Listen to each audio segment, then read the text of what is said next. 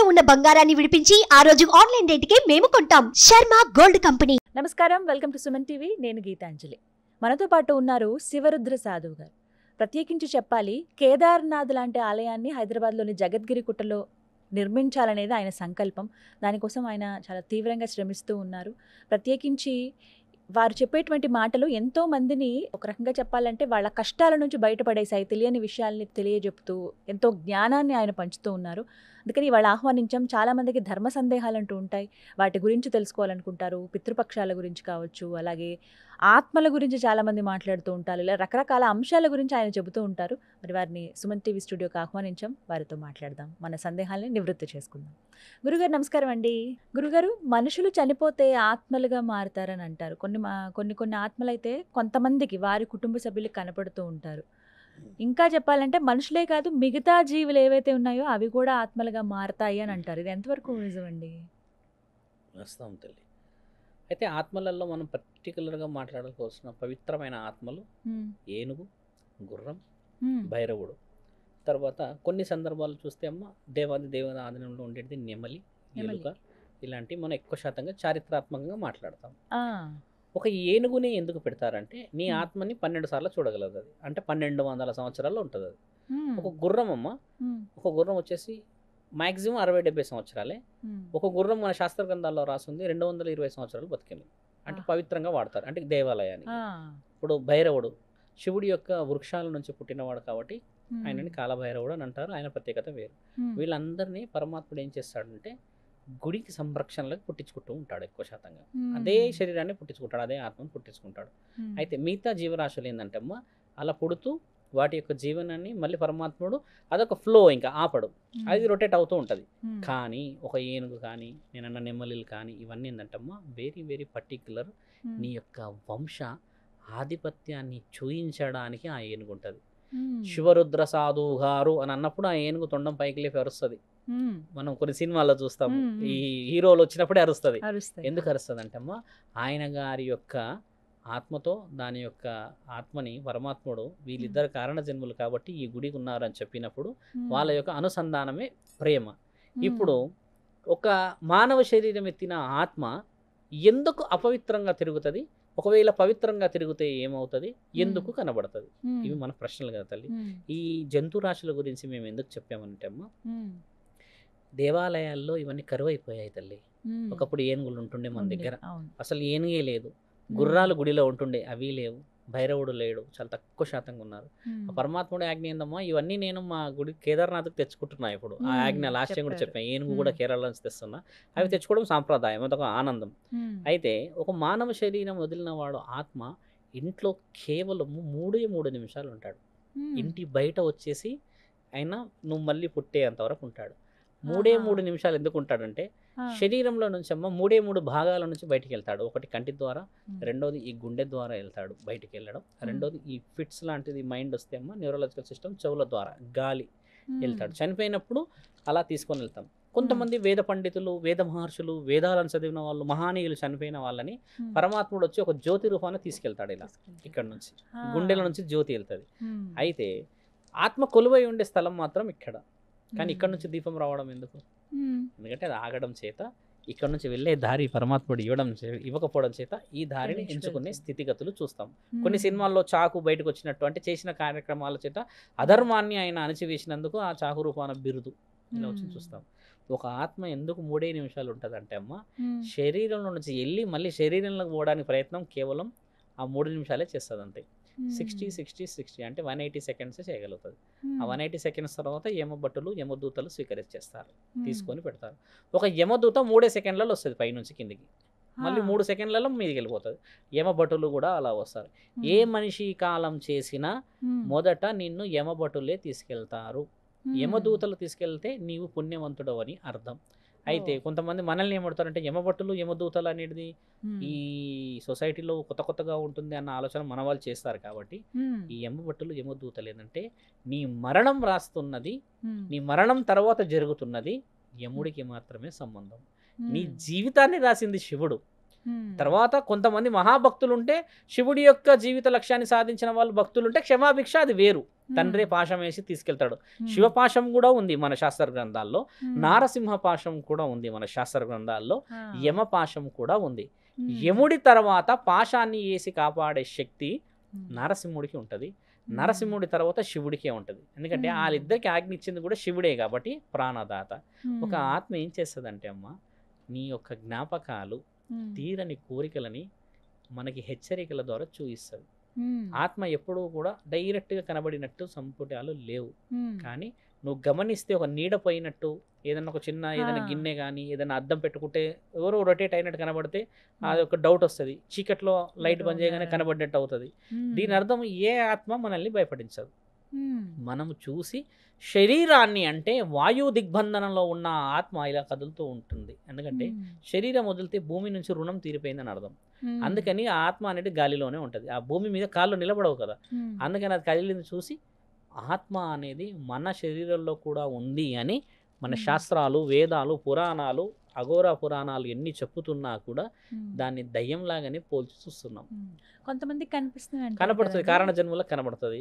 కారణ జన్మలు చూసినప్పుడు అంటే మొత్తం డైరెక్ట్గా కనబడరు, ఒక హింట్, కూర్చున్నట్టు, ఏదో మాట్లాడినట్టు, ఏదో అంటుంటే చూస్తున్నట్టు, లేదా బొట్టు పెట్టుకుంటుంటే అద్దం ముందు వాళ్ళే వచ్చేసినట్టు. ఫస్ట్ ఈ మధ్య మేము విన్నాము, ఒక ఆవిడ వచ్చింది నెల్లూరు నుంచి వచ్చేసి, బొట్టు నేను పెట్టుకునేటప్పుడు ఒకేసారి నేను చాలా ముసలి మొహం వచ్చేసి ఇట్లా గీకినట్టు కనబడుతుంది స్వామి, మళ్ళీ ఒక 2 సెకండ్లలో అదైపోతుంది అని ఇట్లా చెప్పింది. మళ్ళీ ఇంకెక్కడ అనిపిస్తుందమ్మా అని అంటే, పడుకున్నప్పుడు నా పక్కనే ఒక వ్యక్తి నన్ను చూస్తున్నట్టు అనిపిస్తుంది దగ్గరికి అన్నాడు. అంటే ఇది క్షుద్ర ప్రయోగం జరిగిందని చెప్పాం. నీ ఇంట్లో ఉన్న నీ ఆత్మలమ్మ నిన్ను ఎప్పుడు భయపెట్టవు. ఎందుకంటే మీ వాళ్ళు నిన్ను భయపట్టించేస్తే ఏమొస్తుంది, మీ వాళ్ళు వేరే వాళ్ళని భయపెట్టాలి కదమ్మా. మానవుడు తెలుసుకోవాలి కూడా ఏంటంటమ్మా, మన వాళ్ళు మనల్ని ఇబ్బంది పెట్టారు. అయితే ఇలా అర్ధ ఆయుష్తో చనిపోయిన వాళ్ళు పరిపూర్ణ ఆయుష్ అంటే ఒక 50 సంవత్సరాలు రాస్తే ఈ 30 ఏళ్ళకి నీవు చనిపోతే ఈ 20 ఏళ్ళు మాత్రం నువ్వు తిరిగి అనుమతి పరమాత్ముడే ఇచ్చాడు. ఇది రాసింది మన వేదాల్లో.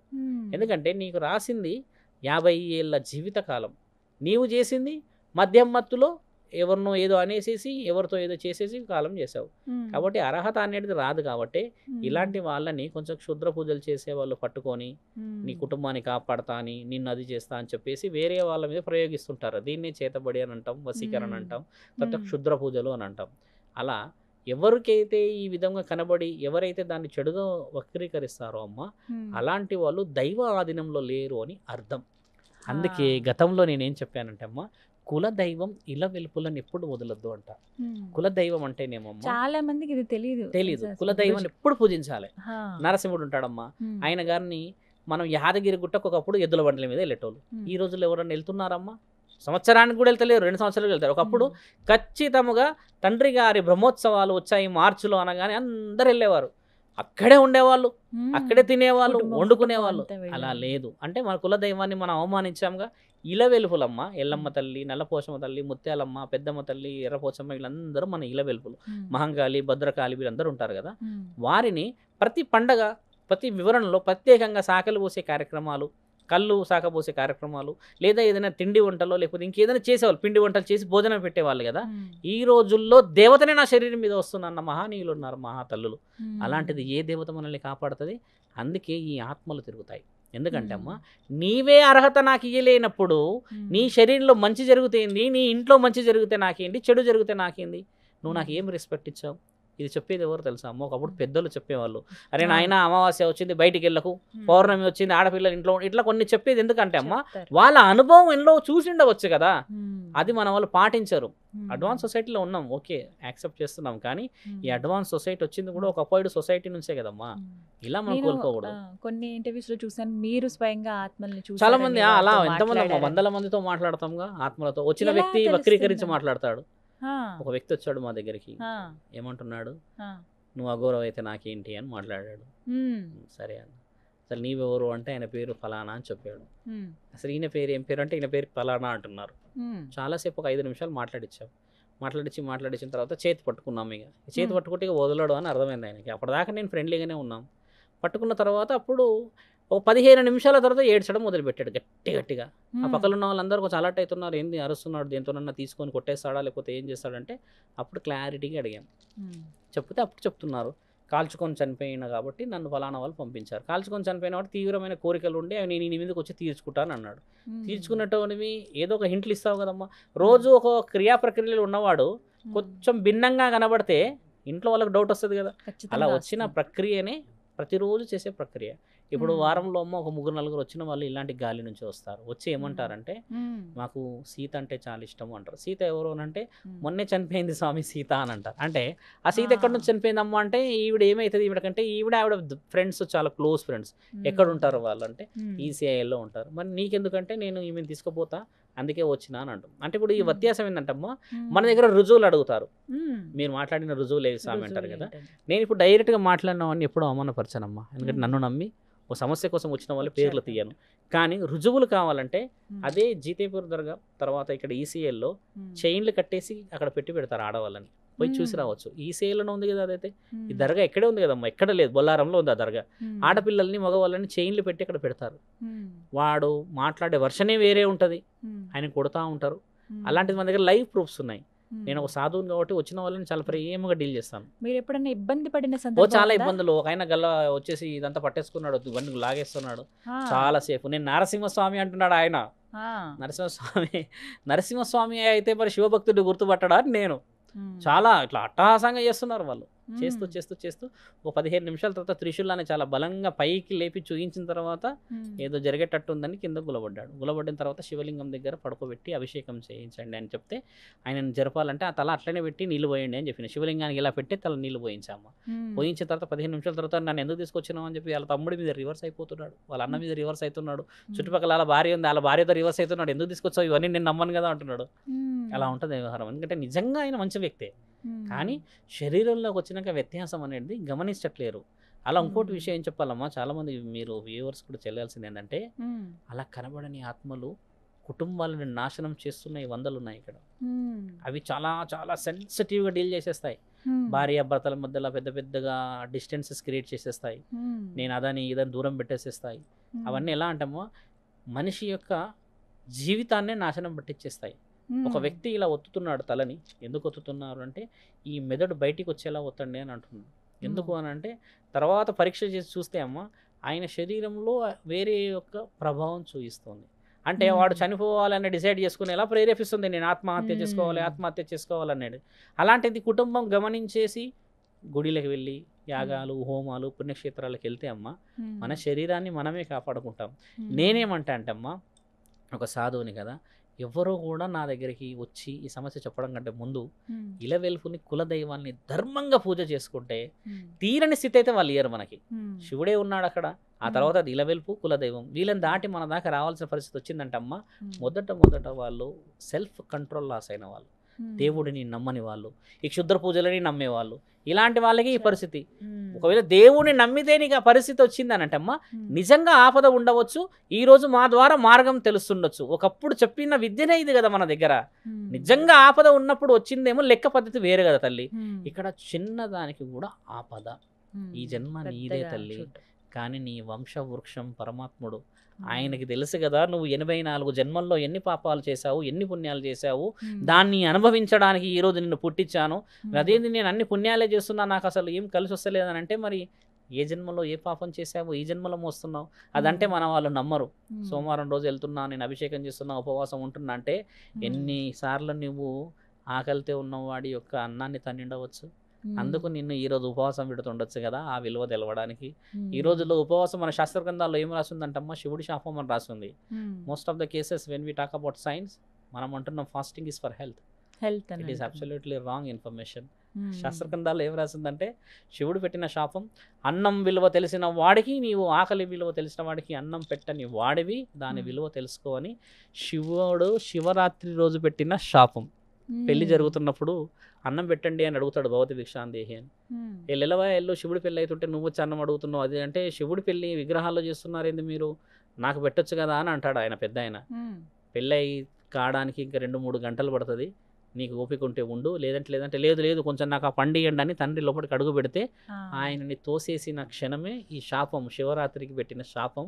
మీరు ఏ రోజైతే పార్వతీ పరమేశ్వరుల కళ్యాణం చేస్తున్నారో, రాతి విగ్రహాలలో నిజమైన ఆకలితో వచ్చిన ఒక భిక్షాటకుడిని మీరు తోసేశారో, అదే రోజు మీరంతా ఉపవాసమై ఉండి అదే విగ్రహాలకి ఆరాధన చేయుగాక అన్న ఆ శాపమే శివుడు పెట్టిన మహాశాపం. అది ఈ రోజుల్లో చాలా మంది ఒప్పుకుంటారు నిజమే అని.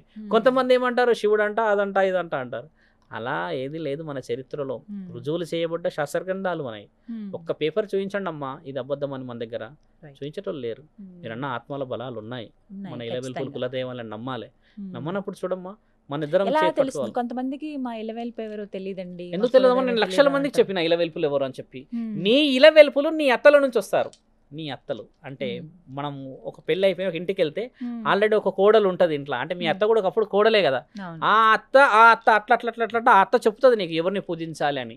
కులదైవం తండ్రి నుంచి వస్తాడు, అంటే ఈ భర్త నుంచి వస్తాడు. ఇప్పుడు నరసింహస్వామి వచ్చేసి ఉదాహరణకి మాదొక వంశం తల్లి.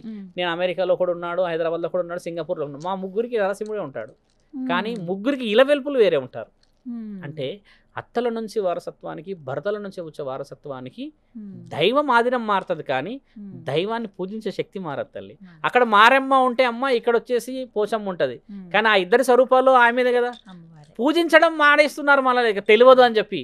22 ఏళ్ళు అయిందంటే పెళ్లి కాలేదు, పెళ్లి అయిపోయింది, ఇంతవరకు మా కుల దైవం మాకు తెలియదు అని అంటుంది మొన్న ఒక అమ్మ తిరుపతి నుంచి. మరి మీ అత్తని అడగాలంటే మా అత్తకు కూడా తెలియదంటే అలా ఉండదు తల్లి. ఎవరో ఒకరు చెప్తారు, ఎవరినో పూజిస్తాం కదమ్మా మనం. అలా మీరు చెప్పట్లేరు, కొంతమంది తెలుసుకోవాలి. ఇంకో విషయం ఏంటంటే అమ్మా, నువ్వు అడిగిన ప్రశ్నకి చెప్తే పూజించే వాళ్ళు లేరు ఇక్కడ, అందుకని ఆ మాటకి విలువలేదు.